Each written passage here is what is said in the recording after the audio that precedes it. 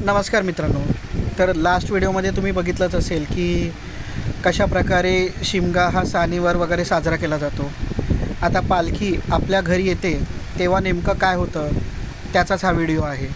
सर्वात प्रथम पालखीचे आणि ध्वज आणि निशाणीचे पाय वगैरे धुतले जातात. त्यानंतर विधिवत देवाची पूजा करून ध्वजाची पूजा तसेच तुळशी वृंदावनाची पूजा केली जाते.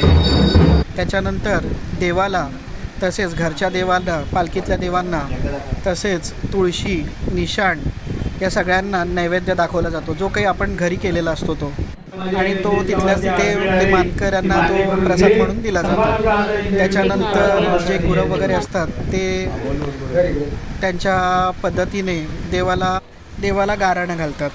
त्याच्यानंतर माहेर वाशिणी नंतर घरच्या ज्या काही महिला असतात त्या देवाच्या ओटी भरतात. याच्यानंतर घरचे सगळे ज्येष्ठ श्रेष्ठ वगैरे पालखीच्या क्रमाक्रमाने पाया पडून घेतात. त्याच्यानंतर मनोभावी पूजा होते आणि हे सगळं झाल्यानंतर पालखी जनरली घेऊन जातात. तोपर्यंत जे पालखी घेऊन येतात घरी त्यांना आपण काहीतरी थोडा नाश्ता किंवा स्नॅक्स वगैरे असे पदार्थ डिस्ट्रीब्यूट करतो, म्हणजे त्यांना आपण वाटतो.